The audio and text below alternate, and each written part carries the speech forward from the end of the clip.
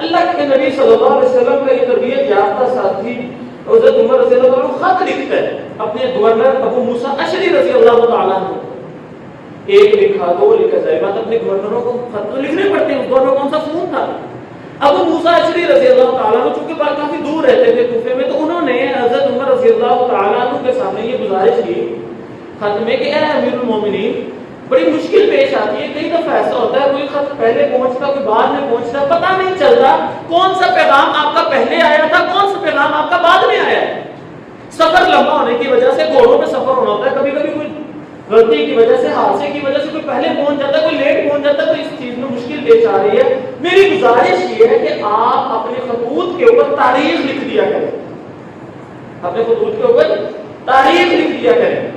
حضرت عمر رضی اللہ تعالیٰ عنہ اب اس طریقے کو لکھنے کے لیے بڑی آسان سی بات ہے. عیسوی کیلنڈر چل رہا تھا نا، جیسے ہمارا عیسوی کیلنڈر چلتا ہے، 2023 چل رہا ہے، تو عیسوی کیلنڈر تھا. حضرت عمر رضی اللہ تعالیٰ عنہ عیسوی کیلنڈر کی تاریخ لکھ سکتے تھے، نہیں لکھی. اس وقت بکروی سن بھی تھا، بہت سارے اس طرح کیلنڈر، کیسرے روم کا سب چلتا تھا. اس دور میں ایرانی سلطنت تھی، تو جتنی بڑی بڑی سلطنتیں تھیں ان کے اپنے اپنے کیلنڈر چل رہے تھے. لیکن یہاں سے پتہ چلتا ہے انسان خود مختار ہے یا غلامی کی سوچ رکھتا ہے. حضرت عمر رضی اللہ تعالیٰ عنہ نے کسی کافر کے کیلنڈر کو فالو نہیں کیا، بلکہ اپنی مجلس شورا کی میٹنگ بلائی اور اس شورا میں یہ بات ذکر کی کہ ابو موسیٰ کی طرف سے یہ درخواست آئی ہے کہ ہمیں اپنی تاریخ لکھنی چاہیے، تو بتائیں کیا کریں. اب صحابہ کرام یہ مجلس شورا کے اندر تقریباً کافی سارے جو حضرت عمر کے تھے وہ سارے کے سارے صحابہ کرام اور بڑی بڑی عمر کے لوگ تھے، سوائے عبداللہ بن عباس تھے. بہرحال ان سب صحابہ نے مل کر حضرت عمر کو یہ تجویز دی کہ ہم ایسا کرتے ہیں کہ اللہ کے نبی صلی اللہ علیہ وسلم نے جو ہجرت کی تھی نا، وہاں سے اپنے کیلنڈر کا آغاز کرتے ہیں. اب ذرا غور کریں، عیسائی کیلنڈر کب شروع ہوا؟ جب حضرت عیسیٰ علیہ السلام کی پیدائش ہوئی. اسی طرح کسی کیلنڈر کا تعلق کسی کی پیدائش کے ساتھ ہے، کسی کیلنڈر کا تعلق کسی کی وفات کے ساتھ ہے. لیکن مسلمانوں نے جب اپنے کیلنڈر کا آغاز کیا، کسی کی پیدائش کے ساتھ نہیں جوڑا، کسی کی وفات کے ساتھ نہیں جوڑا. اللہ کے نبی صلی اللہ علیہ وسلم 12 ربیع الاول کو فوت ہوئے، اسے لکھ سکتے تھے، نہیں جوڑا.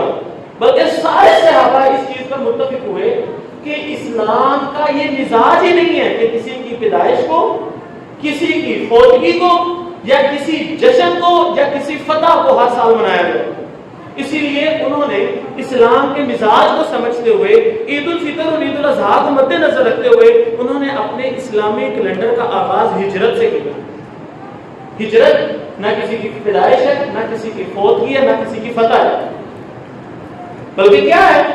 صحابہ کرام رضوان اللہ اجمعین نے جب ہجری کیلنڈر کا آغاز کیا تو یہ بات کہی کہ لوگوں، جب بھی ہم تاریخ لکھیں گے ہمارے ذہن میں یہ بات اچھی طرح ہونی چاہیے کہ اگر اپنے ایمان کو بچانے کے لیے، اپنے اسلام کو بچانے کے لیے تمہیں علاقہ چھوڑنا پڑے، علاقہ چھوڑ دو.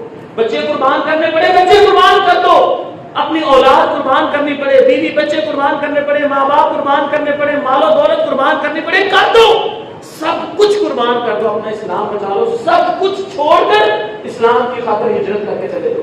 اپنا ایمان کسی صورت نہ ڈول لیتے نا. ہر چیز کا سودا ہو سکتا ہے، ایمان کا سودا نہیں ہو سکتا. اور یہ سبق دے کر ہجرت کے ساتھ ہی مسلمانوں کے کیلنڈر کا آغاز کیا. آپ اسلام کے مزاج کو ذرا دیکھیں. عید الفطر کا تعلق کس چیز کے ساتھ؟ کسی کی پیدائش کے ساتھ، کسی کی وفات کے ساتھ نہیں، بلکہ عید الفطر کا تعلق رمضان کی نیکیوں کے ساتھ کہ اللہ پورا مہینہ تم نے ہمیں رمضان کا موقع دیا، نیکیوں کا موسم بہار تھا، ہم نے کوششیں کی، پھر اللہ نے عید الفطر کا دن دیا کہ 2 رکعتیں پڑھ کے اللہ کا شکر ادا کریں. اللہ نے ہمیں موقع دیا، اب یہ جو باتیں ہم نے کی تھی ان کو قبول کر. اسی طرح عید الاضحیٰ کا تعلق کس چیز کے ساتھ ہے؟ بہت بڑی قربانی کے ساتھ.